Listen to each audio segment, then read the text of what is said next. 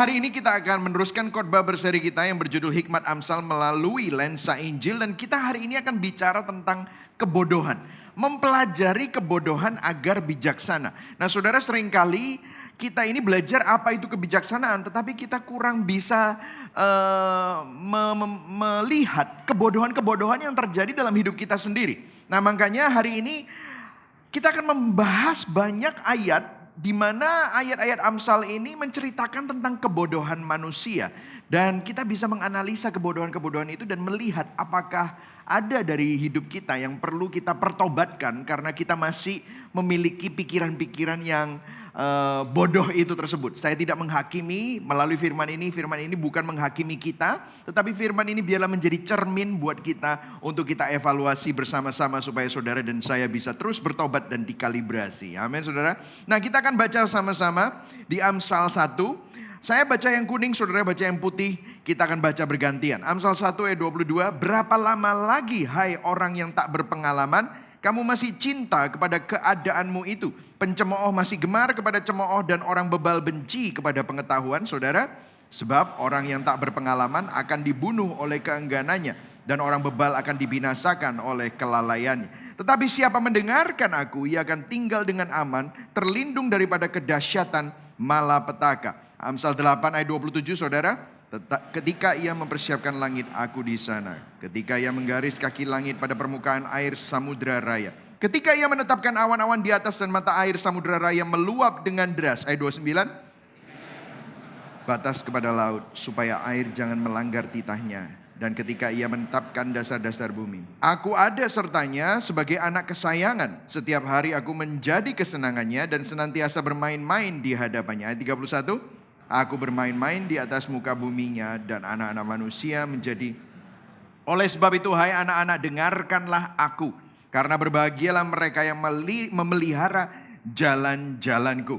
Amsal 14 ayat 15 kita baca sama-sama. Orang yang tak berpengalaman percaya kepada setiap perkataan. Tetapi orang yang bijak memperhatikan langkahnya. Amsal 15 ayat 5. Orang bodoh menolak didikan ayahnya.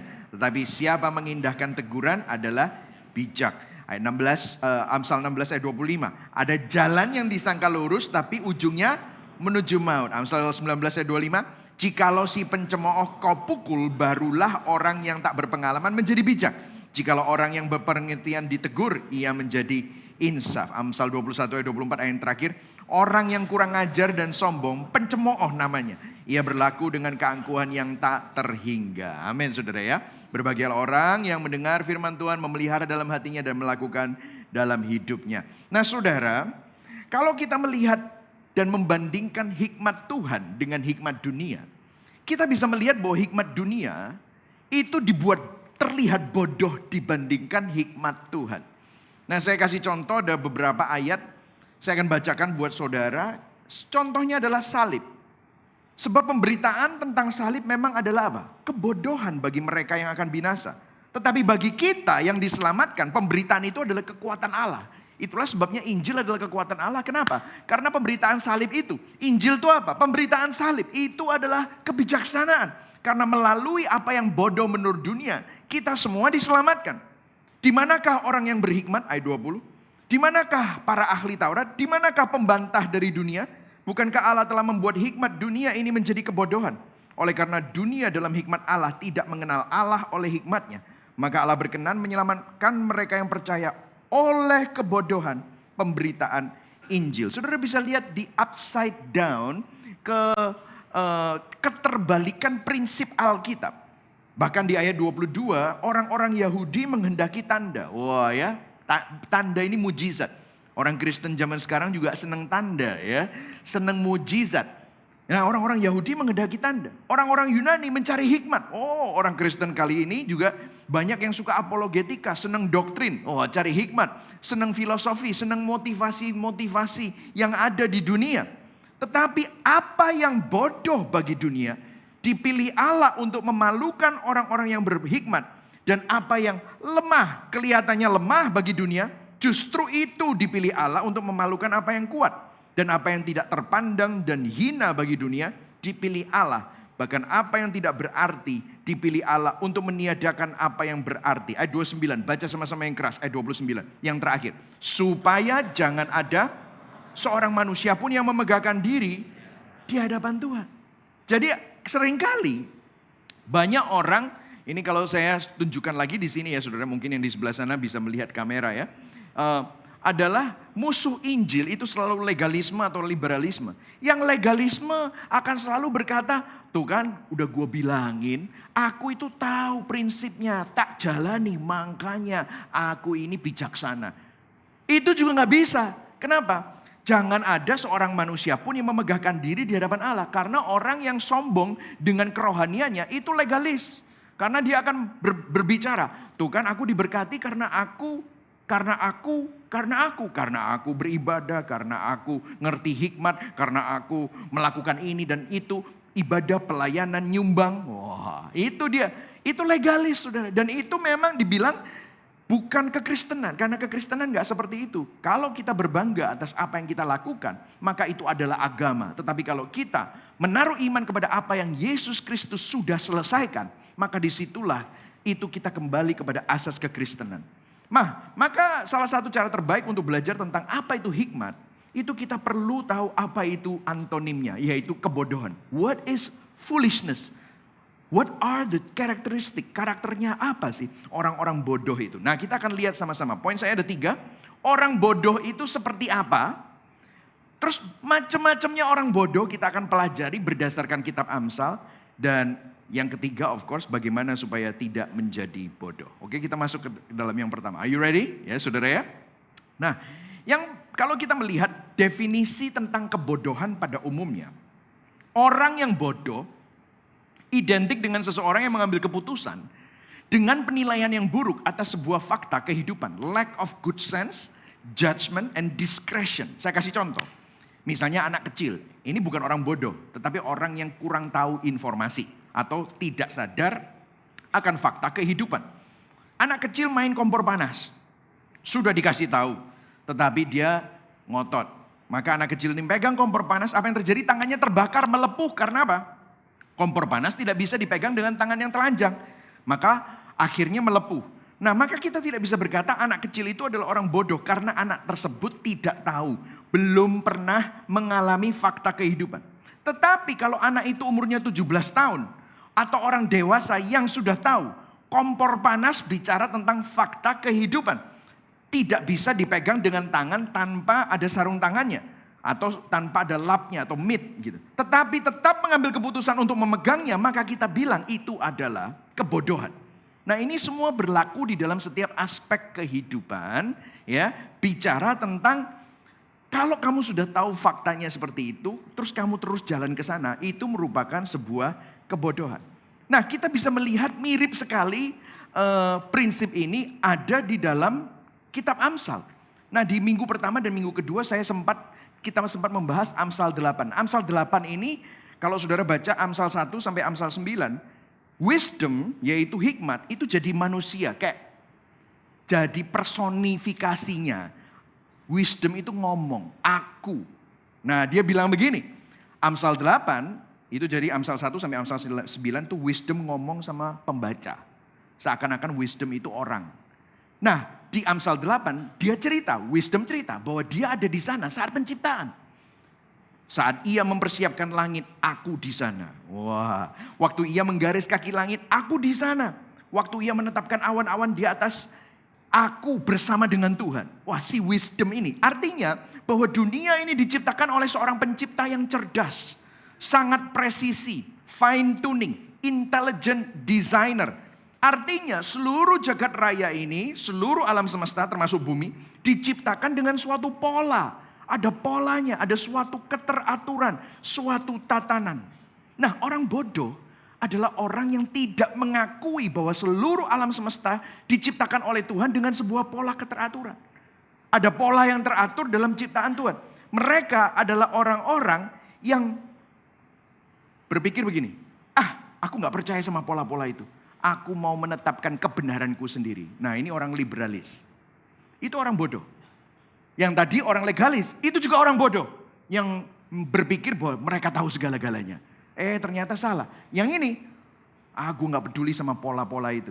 Gue mau bikin semua sendiri. Makanya minggu lalu kan ada yang fatalisme atau libertarianisme, ada yang bilang, oh namanya sendiri, Michaelisme. Wah itu sombong, aku mau bikin kebenaranku sendiri. Ya kan? Misalnya ada apa namanya orang yang bilang, wah yang benar itu ya kayak gini. Itu kan menurut kamu. Kalau menurut aku yang benar menurutku. Jadi dia adalah orang yang sombong sekali. Dan dia tidak mau tunduk. Nah orang bodoh tidak menyadari bahwa kalau misalnya saudara pergi ke airport, saudara bisa melihat bahwa pesawat terbang kok bisa terbang. Kenapa? Karena ada hukum aerodinamik. Kalau saya jatuhkan clicker ini, saudara jatuh ke bawah dan bukan jatuh ke atas. Itu artinya ada hukum gravitasi. Itu adalah pola, keteraturan Tuhan. Kalau kita mematuhi pola tersebut, maka kita akan aman. Tetapi kalau pesawat terbang itu tidak mematuhi pola aerodinamik, maka pesawatnya bisa jatuh. Nah itu dalam fisika, ilmu fisika. Nah ternyata Tuhan bukan cuma hanya membuat pola keteraturan ini secara fisik, tetapi juga di dalam setiap aspek hidup yang lain. Nah orang bodoh tidak menyadari bahwa prinsip yang sama juga ada di dalam setiap aspek kehidupan. Karena Tuhan menciptakan seluruh aspek kehidupan melalui pola keteraturan. Artinya apa? Pola keteraturan itu ada di dalam hubungan. Hubungan, relasi, etika kerja, hidup berkeluarga, kesehatan tubuh dan jiwa. Tapi orang bodoh bilang, percuma gak ada. Kalau kamu pengen have sex, just have sex. Gak usah merit-meritan. Wah. Kalau kamu pengen melakukan sesuatu, eksploitasi aja. Kalau kamu ingin jadi orang yang terkemuka, sikut aja kanan kiri. Yang penting kamu happy. Apa yang terjadi? Waktu orang bodoh ini tidak mengabaikan semua tatanan pola keteraturan Allah, apa yang terjadi? Hubungannya kacau. Relasinya kacau, keluarganya berantakan. Kesehatannya berantakan. Marriage-nya pasti berantakan. Kenapa? Karena dia berpikir bahwa dia punya kebenarannya sendiri. Nah, ini orang-orang yang bodoh, Saudara. Dan kalau saudara lihat, kalau bukan pola keteraturan Allah itu bukan cuma hanya secara fisika seperti gravitasi, aerodinamika, oksigen, sains, bukan cuma hanya itu. Tetapi juga dalam hubungan.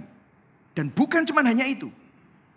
Pola keteraturannya itu juga ada moral, ada spiritual, ada established spiritual moral order. Tetapi orang bodoh nggak percaya itu.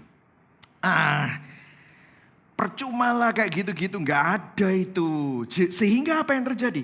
Orang bodoh itu sering mengabaikan dan tidak percaya bahwa suatu kebijaksanaan kalau kita menghargai pola tatanan ciptaan Tuhan, baik secara fisik, moral dan spiritual dan hidup sesuai dengannya. Mereka aku mau hidup sesuai dengan kemauanku sendiri, yang paling benar yang menurutku. Sehingga apa yang terjadi? Kehidupannya kacau balau. Nah ini adalah definisi orang-orang bodoh.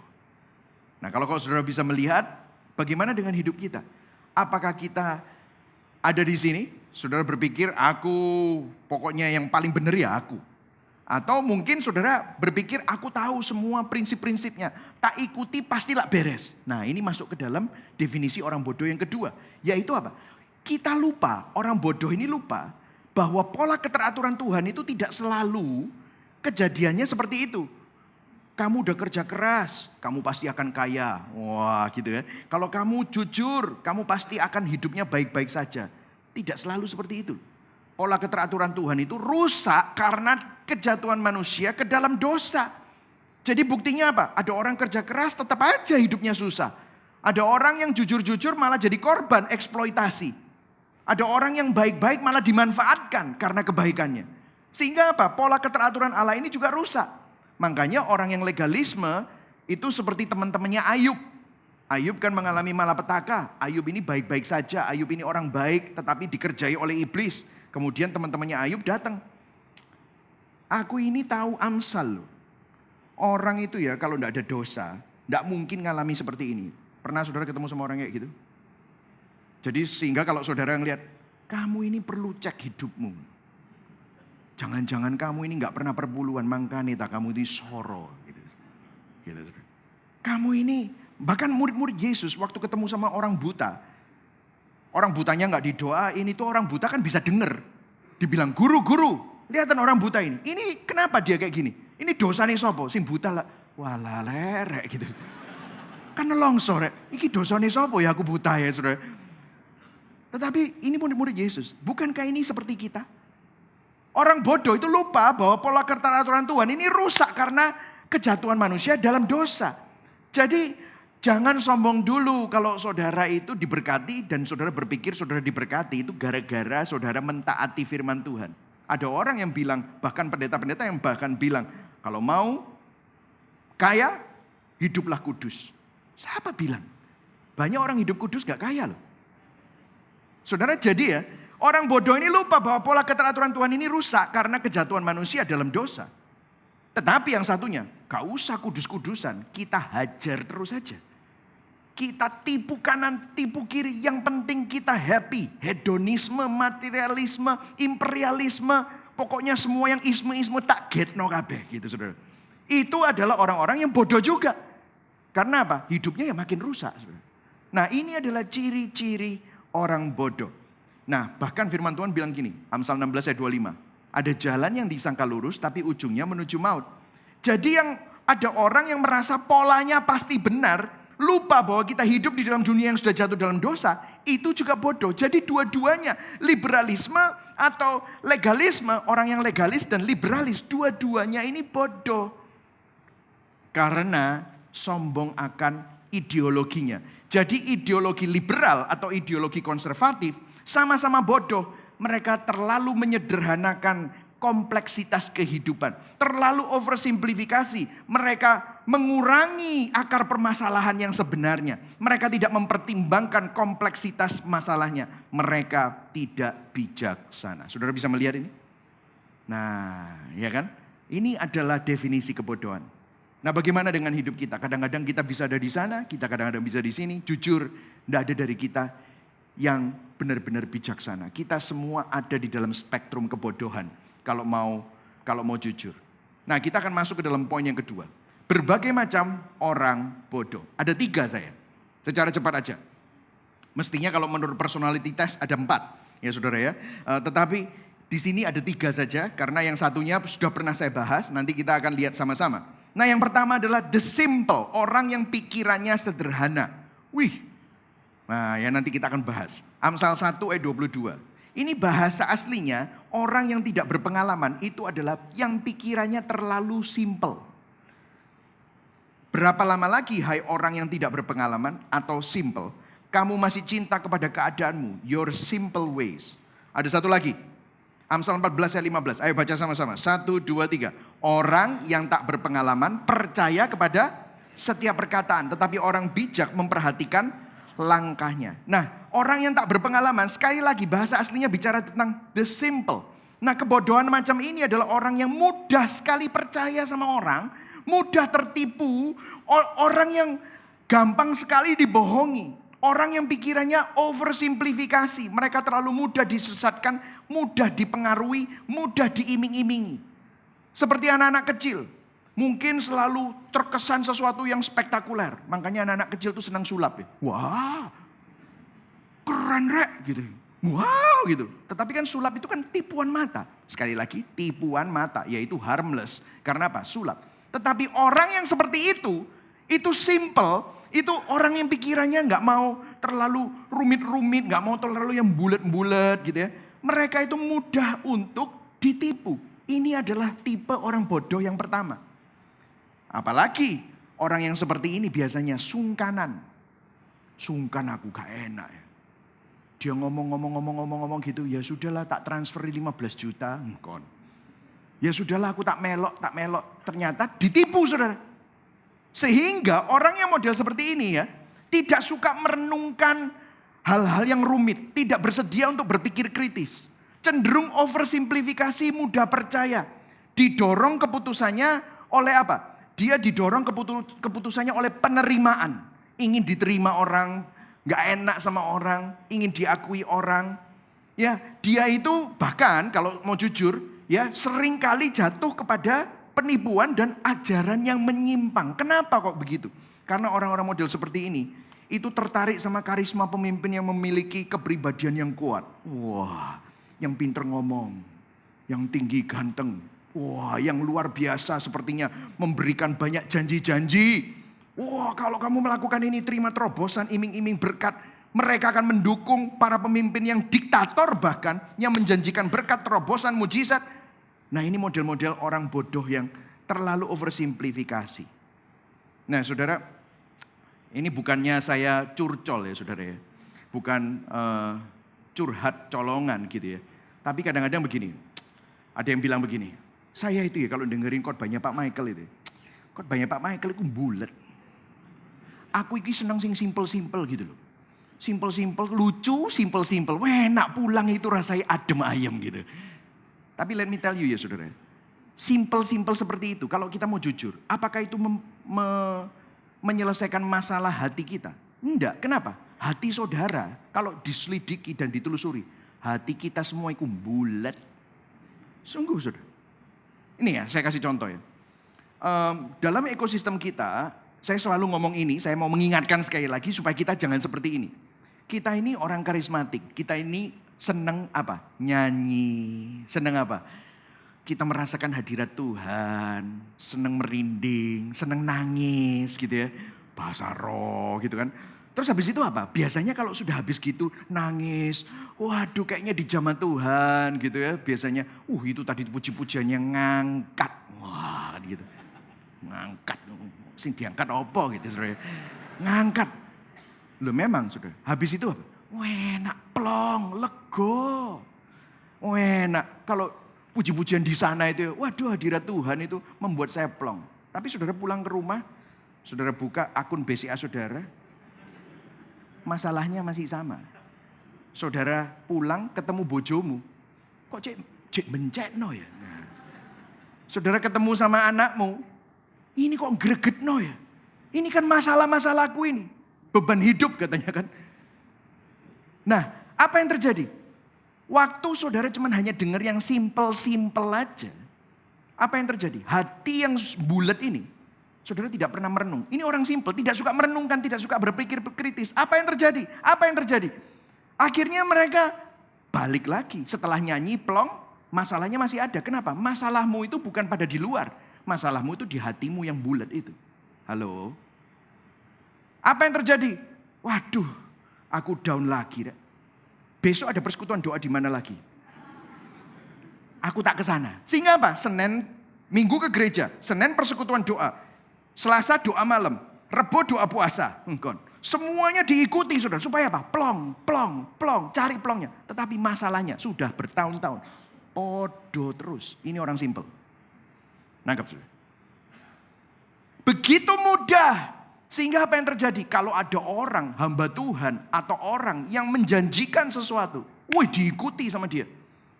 Dan cari jalan pintas. Kenapa? Karena gullible, itu bahasa Inggrisnya. Mudah ditipu, saudara. Nah ini kita perlu sadar, kalau kita seperti ini, kita perlu bertobat, saudara. Karena saudara kalau lihat, karya penebusan Allah itu ribet. Allah melakukan karyanya 2000 tahun yang lalu. Itu sebelumnya sudah dirancangkan ribuan tahun sebelum 2000 tahun yang lalu. Melalui Abraham, melalui sampai Ishak, Yakub, Israel, Musa dan yang lain-lain. Wah ribetnya luar biasa. Untuk apa? Untuk menyelamatkan saudara dan saya. Memakai yang bodoh untuk mempermalukan yang bijaksana menurut dunia. Lagi pula orang yang simple ini, dia suka mengejar barang yang sia-sia. Tidak berakal budi. Siapa mengerjakan tanahnya akan kenyang dengan makanan, tetapi siapa yang mengejar barang yang sia-sia mudah dibohongi. Kenapa? Begitu dikasih janji-janji palsu, mereka langsung katut. Mereka selalu mudah sekali dibodohi, ditipu, diperdaya. Nah kalau saudara lihat, mereka juga gak bisa menerima kritikan. Saat dikritik mereka merasa tertolak. Kenapa? Mereka sekali lagi pikirannya oversimple. Orang itu tidak senang ngambil aku. Padahal enggak. Orang kalau ngasih masukan, kalau dilihat secara objektif, sebenarnya orang itu peduli sama Anda. Tetapi kita tidak bisa melihat itu. Kita melihat bahwa orang ini, sudahlah. sehingga dia itu tidak mau berpikir kritis. Jadi itu yang pertama. Simple. Saya berdoa supaya saudara bisa melihat ini sebagai cermin, bukan merasa dihakimi. Oke? Yang kedua, 2B. Obstinance adalah orang yang keras kepala. Nah ini saudara, Amsal 15 ayat 5. Orang bodoh menolak didikan ayahnya, tetapi siapa mengindahkan teguran adalah bijak. Nah orang model ini keras kepala, orangnya keras. Itu tidak bisa menerima kritik. Kalau orang ini dikritik, dia nggak bisa terima. Mengabaikan semua masukan, keras kepala, seakan-akan tahu segalanya. Cenderung nggak mau percaya kepada orang, kecuali dirinya sendiri. Cenderung tidak mau mendengar pendapat orang lain, kukuh terhadap pendapatnya sendiri. Padahal pendapatnya itu salah, saudara. Sangat kaku dan tidak fleksibel. Jadi orang ini keras kepala. Nah orang berpikir, oh ini orang keras kepala ini saya tahu ada beberapa orang. Tetapi nggak selalu orang yang keras kepala itu kelihatannya keras. Ada orang yang lembut tetapi keras kepala juga. Ada sebuah studi, ini saya mau masuk sedikit pesan sponsor dalam parenting. Oke saudara, sebelum kita masuk ke dalam nanti family seminar ya saudara. Ada sebuah studi dari seorang ahli psikologi anak namanya Jerome Kagan. Dia bilang begini, seorang anak itu temperamennya macam-macam. Temperamen itu semua itu dari lahir anak itu punya temperamen khusus. Dan setiap anak beda-beda. Ada yang agresif. Saudara pernah ketemu sama anak yang temperamennya agresif? Wah, suka berantem, suka konflik, suka ayo balapan gitu ya. Anaknya itu memang agresif gitu ya. Kalau misalnya mau ngambil barangnya orang gitu ya, dia nggak mau share, dia rebut barangnya orang. Itu agresif gitu ya. Nah ada anak yang orangnya lembut. Tetapi anak yang lembut ini apa?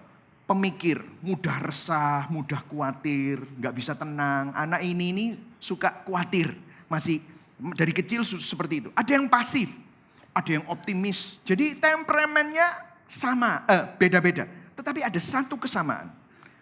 Mereka semua itu kalau tidak dididik, dengarkan saya. Anak kalau tidak dididik, semua temperamen originalnya akan mendominasi mereka. Dan mereka akan keras dan tidak fleksibel pada saat mereka menjadi dewasa. Jika orang tua tidak mendidik dan mengajarkan pada mereka untuk bisa belajar. Jadi misalnya kalau mereka terlalu khawatir terus resah, harus diajari untuk bisa tenang. Kalau orangnya agresif harus diajari untuk bisa menguasai diri dan sabar. Kalau orangnya sangat pasif, anaknya sangat pasif, harus diajari untuk berinisiatif. Ini semua adalah cara untuk supaya yang kaku dan gak fleksibel, yang keras kepala ini bisa dididik. Ini child psychologist yang ngomong, Jerome Kagan dari Harvard. Kita tidak bisa membiarkan temperamen anak kita. Kita harus mendidik. Dia bilang itulah sebabnya anak kecil butuh dididik oleh orang tuanya. Karena tanpa intervensi orang tua, anak itu akan tetap keras kepala, kaku dan tidak fleksibel dengan caranya dia. Saudara mulai melihat ini ya. Makanya Amsal 22 ayat 15 berkata begini. Ini gak ada di list tadi. Tapi kita bisa baca. Ayo baca sama-sama ya. 1, 2, 3. Kebodohan melekat pada hati orang muda. Tetapi tongkat didikan akan mengusir itu dari padanya. Jadi memang kita perlu mendidik anak kita. Dikasih tahu, diajar. Kita perlu mendidik kita. Nah masalahnya kan begini. Banyak kita orang tua. Ini orang tua kita menjadi orang tua yang buruk. Kenapa? Karena orang tua kita juga tidak mendidik kita atau mendidik kita salah caranya. Karena apa? Kita juga tidak pernah, sekali lagi, kita tidak pernah dididik dengan baik. Itulah sebabnya ya, kalau kita perhatikan. Waktu kita bertobat, waktu Yesus memperkenalkan siapa Tuhan itu kepada murid-muridnya. Dia bilang begitu, mau belajar doa? Ayo kita doa sama-sama. Dia bilang apa? Bapa yang di surga. Saudara tahu kenapa kok kita orang-orang ini, orang-orang Kristen, disuruh panggil Tuhan itu Bapak dan kita disebut anak-anaknya. Kenapa? Karena Tuhan juga ingin mendidik kita semua. Yang setuju katakan amin. Karena apa? Kalau Tuhan tidak mendidik kita, kita ini jadi keras orangnya. Itulah sebabnya Tuhan ingin kita jadi anak-anaknya dan kita dipanggil untuk supaya kita mendengarkan perkataan firman Bapa di surga. Karena itu kita panggil dia Bapak. Karena kalau kita punya Bapak yang sempurna, dia tahu yang terbaik. Jadi kita perlu jadi anak Tuhan yang dididik. Jadi kita juga sebagai orang tua tidak jadi diktator. Tapi kita belajar. Kenapa? Karena kita pun juga dididik oleh Allah yang Maha Kasih. Bapak yang Maha Kasih. Kalau saudara tahu kalau kita ini diktator, anak kita ini jadi pasif loh. Jadi orang simpel lah gini. Udahlah nurut aja daripada ribut. Loh, ya gitu kan. Daripada ribut sama papa, ya sudahlah nurut aja. Akhirnya kalau udah besar, gampang dibohongi. Ada juga orang tua yang pasif dan membiarkan. Akhirnya apa yang terjadi? Anak mereka jadi anak yang keras. Intinya begini saudara. Sebagai anak, kalau saudara di sini ada yang anak, kita butuh didikan orang tua. Sebagai orang tua, kita butuh didikan Tuhan. Seperti anak kita butuh didikan kita. Yang setuju katakan amin. Kita perlu belajar untuk mendengarkan didikan Tuhan. Nah, orang tua modern sering salah mengerti.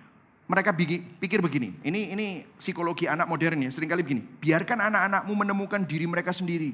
Saya pernah ketemu sama orang tua, saya ajarin untuk orang tua ini mendidik anaknya. Terus orang tuanya bilang gini, anakku itu memang temperamennya gitu, ya biarno aja.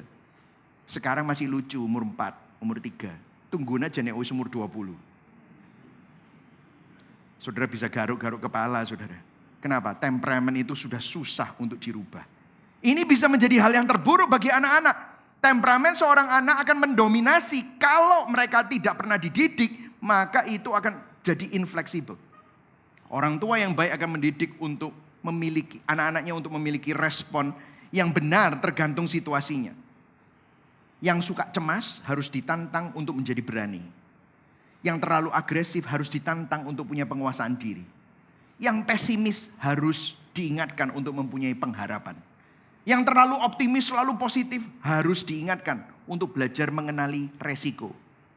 Yang gak pernah khawatir harus belajar. Kamu perlu khawatir sedikit tentang masa depan. Supaya kamu punya planning. Betul gak saudara? Kalau enggak, anak-anak kita ini bisa kacau balau. Nanti jadi orang bodoh. Yang setuju katakan amin. Karena itu saudara. Nah, ada yang tanya sama saya, Pak gimana dengan personality test? Personality test itu kan bagus Pak. Jadinya personality test itu akan membuat saya tahu saya itu seperti apa temperamennya. Saya itu seperti apa. Bagus memang. Tetapi itu sebenarnya bukan menjadi alasan untuk kita bersembunyi di belakang personality test itu. Terus bilang sama bojone, istrinya atau suaminya, aku iki wis ngene iki. Kamu married sama aku ya wis kayak gini, enggak usah ngerubah aku. Loh justru saudara, justru Tuhan itu tahu bahwa temperamen kita itu seperti itu. Personality test akan menolong kita untuk melihat kecenderungan dosa kita. Orang introvert gak bisa bilang, aku gak butuh siapa-siapa. Yang penting aku dewean aja, happy aku. Loh, padahal kamu itu masuk makhluk sosial. Kamu dewean terus-terusan jadi orang aneh.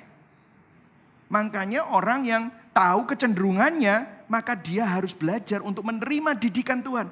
Karena kita tidak tahu segala-galanya.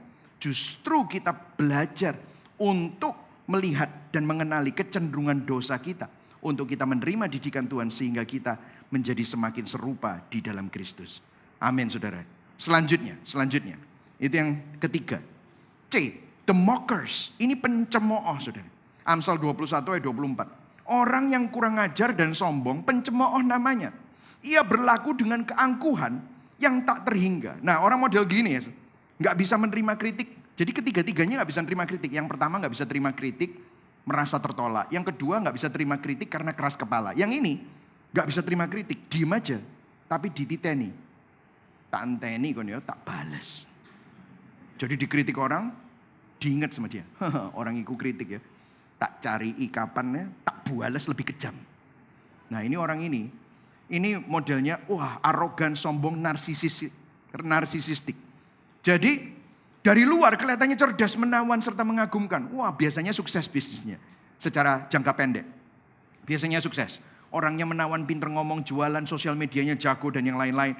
Kalau temenan, kayaknya smooth banget. Tapi aslinya di dalam sangat kejam dan narsis. Hanya peduli kepada dirinya sendiri.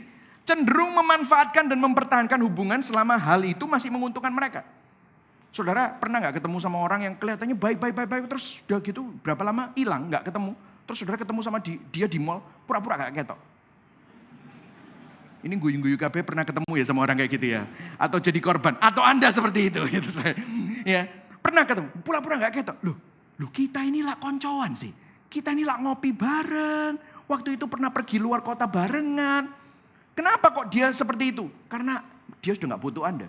Dan dia merasa hubungannya dengan dia, percuma lah. Orang ini gak membuahkan hasil apa-apa untuk aku. Sudah ditinggalkan aja. Nah ini orang-orang model seperti ini adalah orang-orang yang arogan, pencemooh, suka memanfaat, kejam. Ya, cenderung kejam, seseorang yang sangat suka bersikap praktis, melakukan segala sesuatu selama itu menguntungkan dia. Pinter bisnis, artsy, pinter ngomong, jago jualan. Orang-orang yang sangat kelihatannya sukses tetapi mereka kejam. Mereka bisa tusuk teman demi naik pangkat, demi dapat proyek. Bahkan demi pelayanan bahkan. Tapi ini merupakan kebodohan. Kenapa? Karena manusia itu butuh hubungan yang tulus. Manusia itu membutuhkan hubungan yang genuine. Akhirnya orang-orang bodoh seperti ini apa? Sendirian, gak punya teman lagi. Kenapa?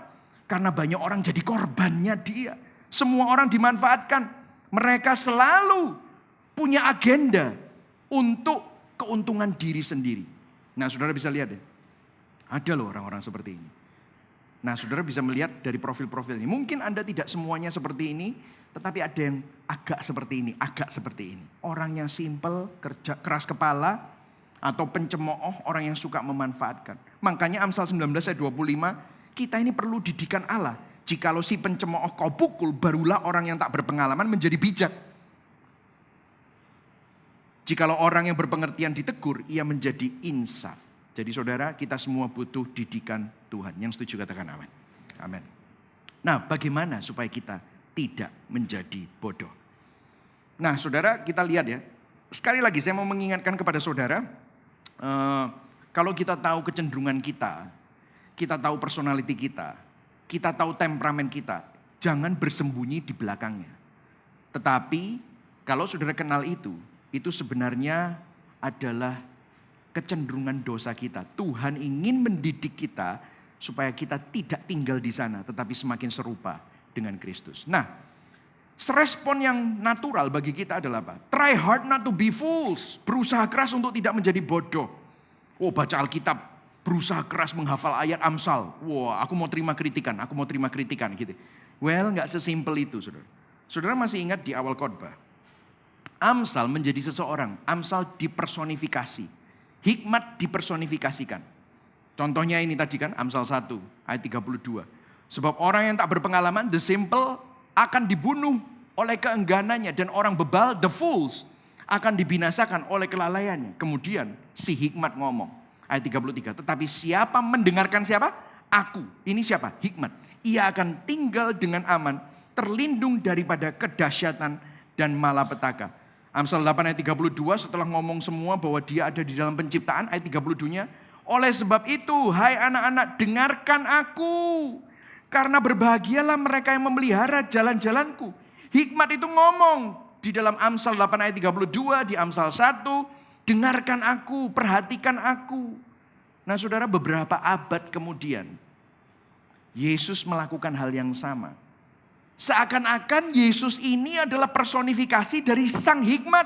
Dengan gaya bahasa yang sama, dia berkata di Matius 7.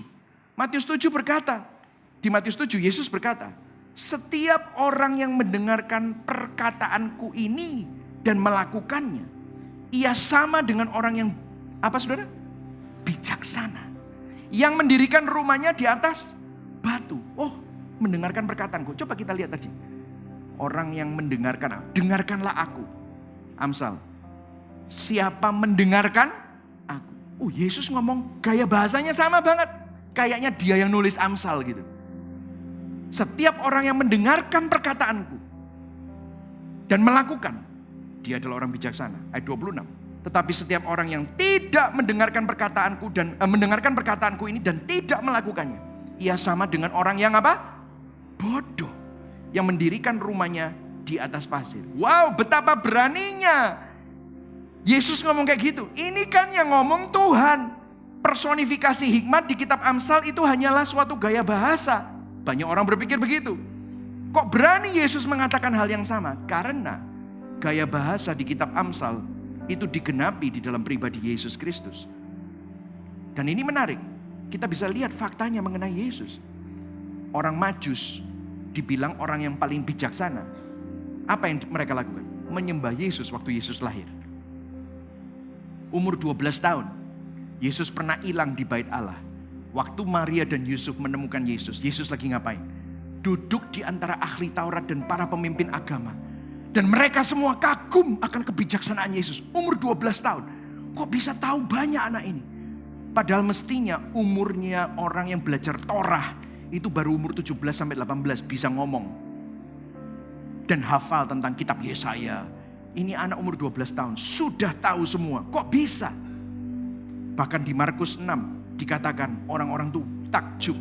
Pada hari Sabat Yesus mengajar di rumah ibadah dan jemaat yang besar itu takjub ketika mendengarkan Yesus. Dan mereka berkata, dari mana diperolehnya semua itu? Hikmat apa pula yang diberikan kepadanya? Dan mujizat-mujizat yang demikian bagaimana dapat diadakan oleh tangannya? Sampai mereka bilang, bukankah dia ini tukang kayu? Anak Maria, saudara Yakobus, Yoses, Yudas dan Simon. Bahkan di Lukas 11, Yesus berkata, kebijaksanaannya lebih besar daripada Salomo. Dan dialah sang orang yang bijaksana itu. Di Lukas 11 dia berkata bahwa dialah sang hikmat. Karena memang benar, Jesus is the wisdom of God. Yesus adalah kebijaksanaan Allah. Nah, saudara sudah tahu ini. Kenapa? Karena saya pernah khotbahkannya di minggu pertama dan minggu kedua. Tapi kenapa ini penting? Kenapa ini penting? Karena ini, tadi di awal khotbah, pemberitaan tentang salib adalah kebodohan. Ada orang yang gak ngerti ini. Jika ada di antara kamu yang menyangka dirinya berhikmat menurut dunia ini, biarlah ia menjadi bodoh supaya ia berhikmat. Karena hikmat dunia ini adalah kebodohan bagi Allah. Nah, untuk jadi supaya tidak bodoh, kita perlu pelajari hikmat Allah itu seperti apa sih? Coba sama-sama. Sebelum kita akhiri khotbah ini, kita lihat kelahiran Yesus. Yesus ini katanya raja. Tetapi dia lahir bukan anak bangsawan. Tapi anak apa? Tukang kayu. Yesus ini katanya raja di atas segala raja. Tetapi Yesus gak lahir di istana loh. Dia lahir di mana?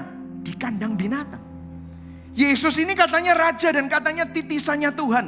Inkarnasi Allah. Lahirnya bukan di tempat tidur pangeran. Tetapi di palungan yang kotor. Gak masuk akal ini. Ini kebodohan bagi dunia. Kalau kita fast forward, kita lihat kematian Yesus Kristus. Tuhan kok mati? Yesus dihina. Tuhan kok dihina? Raja kok dihina? Yesus dilecehkan. Raja kok dilecehkan? Raja kok kehilangan kehormatan? Dia adalah raja yang kehilangan kehormatan. Dalam keadaan lemah, raja kok lemah? Menjalani penderitaan, raja kok menderita? Bahkan raja kok sampai mati disalib. Kalau kita melihat cerita Natal, kita melihat cerita Paskah, sangat berbeda dengan komik Marvel. Sangat berbeda dengan cerita superhero dunia. Bagi dunia, ini adalah kebodohan. Tuhan kok mati? Tapi seperti Paulus berkata, apa yang bodoh bagi dunia, dipilih Allah untuk memalukan orang-orang yang berhikmat. Apa yang lemah bagi dunia, dipilih Allah untuk memalukan apa yang kuat. Karena begini saudara, melalui salib Kristus, disinilah yang bodoh bagi dunia dipakai Tuhan untuk menyelamatkan saudara dan saya. Kalau kita melihat salib Kristus, masih ingat tentang tatanan ciptaan yang tidak bisa dikompromi? Melalui salib Kristus, tatanan ciptaan Tuhan juga nampak. Keadilan tetap ditegakkan.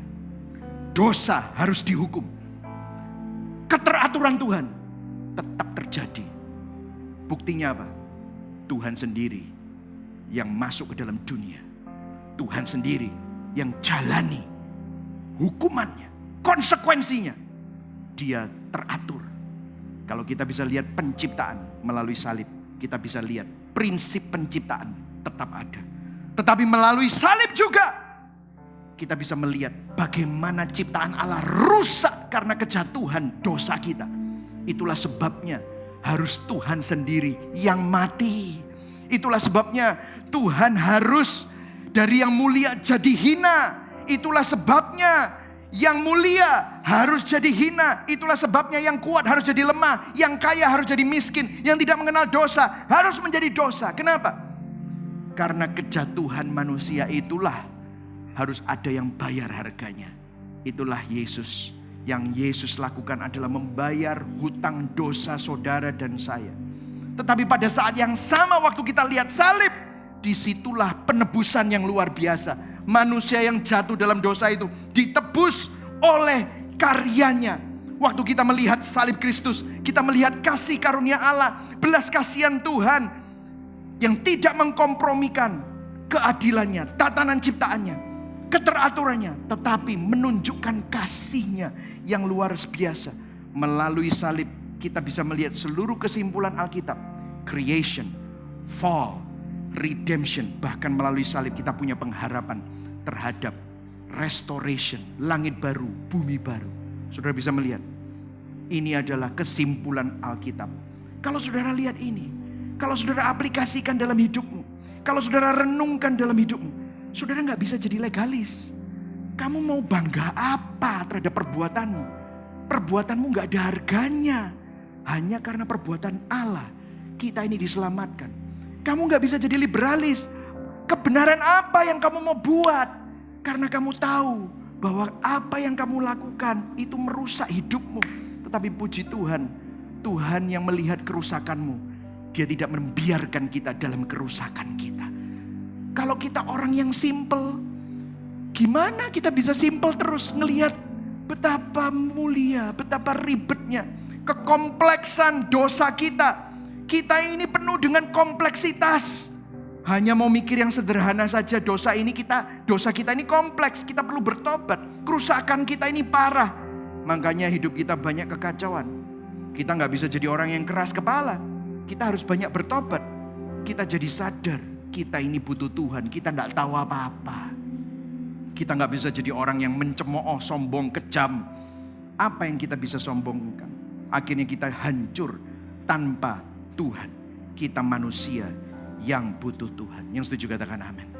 1 Korintus 1 ayat 18 tadi kita udah baca. Ayo baca sama-sama yang pelan-pelan satu demi satu. 1, 2, 3. Sebab pemberitaan tentang salib memang adalah kebodohan bagi mereka yang akan binasa. Tetapi bagi kita yang diselamatkan, pemberitaan itu adalah, berikan tepuk tangan buat Tuhan. Amin saudara. Kekuatan Allah. Jadi gimana supaya saudara gak jadi bodoh? Kita hanya dapat mengalami kekuatan Allah. Kita hanya bisa menjadi bijaksana di hadapan Tuhan saat kita menjadi bodoh bagi dunia. Are you ready for that? Memang kebijaksanaan Allah adalah kebodohan bagi dunia. Coba kita pikir tentang kasih karunia. Bukankah kasih karunia ini di mata dunia adalah suatu konsep yang bodoh, lemah, menerima sesuatu yang tidak layak kita terima tanpa melakukan apa-apa? Itu bodoh. Coba saudara punya pegawai langsung digaji dulu sebelum dia kerja. Itu kan bodoh. Dunia berkata, earn it. Taat dulu, usaha dulu, baru dapat keselamatan, baru dapat perkenanan. Tetapi Tuhan tahu kita tidak mampu. Tuhan tahu legalis tidak akan bisa. Tuhan tahu liberalis tidak akan bisa. Tuhan tahu orang yang simple pasti akan hancur. Tuhan tahu orang yang keras kepala pasti gak akan menerima apa-apa. Tuhan tahu pencemooh itu akan dihukum. Makanya apa yang terjadi? Dia tahu kita gak mungkin mampu. Makanya kita dikasih dulu. Kita diterima dulu. Kita ditebus dulu. Kita diselamatkan dulu.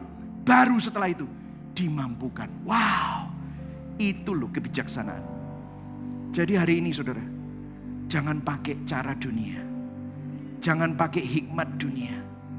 Tapi renungkan langkah praktisnya, bertobat. Memang kebijaksanaan ini menurut Allah butuh pertobatan. Butuh keberanian untuk ngaku, ya Tuhan aku ini orang bodoh. Itulah namanya pertobatan. Aku butuh Engkau. Kalau saudara sadar saudara butuh Tuhan, disitulah saudara bisa menerima kebijaksanaan Tuhan. Butuh hati yang bertobat untuk mengaku kita keras kepala. Renungkan salib. Ingatkan diri kita bahwa Kristus sudah bayar harganya. Kristus adalah identitas kita, penerimaan kita, harga diri kita. Cara Tuhan menyelamatkan kita begitu ribet, kompleks. Dan kita gak mau merenungkan itu, come on. Kita perlu renungkan itu. Kita perlu bertobat. Renungkanlah Injil. Belajar untuk mengkhotbahkan Injil pada dirimu setiap hari. Yang setuju katakan amin. Mari sama-sama kita bangkit berdiri. Saudara diberkati hari ini. Amin. Biarlah hikmat kebijaksanaan Tuhan bukan hanya menjadi konsep, tetapi kita aplikasikan dalam hidup kita. Saya selalu memberikan implikasinya. Kita baca sama-sama implikasinya ya. Saudara, kalau saudara terus bertobat, saudara renungkan Injil, aplikasikan dalam hidupmu, saudara akan pasti bisa seperti ini. Karena Injil, saudara bisa terima masukan, saudara bisa terima kritik dengan objektif. Karena apa? Saudara tidak merasa tertolak. Karena hati saudara aman di dalam Kristus. Karena Injil, saudara memiliki keamanan dalam identitas, sehingga tidak mudah tertipu, tidak mudah percaya dengan kebohongan dunia. Saudara gak mudah dibohongi orang. Karena Injil, saudara tidak oversimplifikasi dalam hal kehidupan dan belajar untuk berpikir kritis. Karena Injil, saudara bisa menerima pendapat orang lain dan belajar untuk fleksibel. Karena Injil, saudara mampu menghargai hubungan dan menjalin hubungan dengan tulus dan kasih. Karena Injil, saudara dapat mengambil hikmah dan bertobat atas didikan Tuhan melalui pengalaman hidup. Yang terakhir saudara, saya tambahkan tentang jadi orang tua. Kalau saudara orang tua, dengarkan ini. Karena Injil, saudara berani mendidik anak dengan tegas, tetapi juga mengasihi anak dengan maksimal.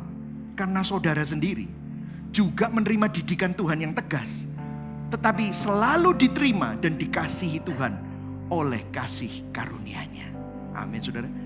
Saudara terima itu dari Tuhan, saudara bisa lakukan itu kepada anak saudara. Saudara terima itu dari Tuhan, saudara bisa lakukan itu kepada orang lain. Mari sama-sama kita nyanyikan lagu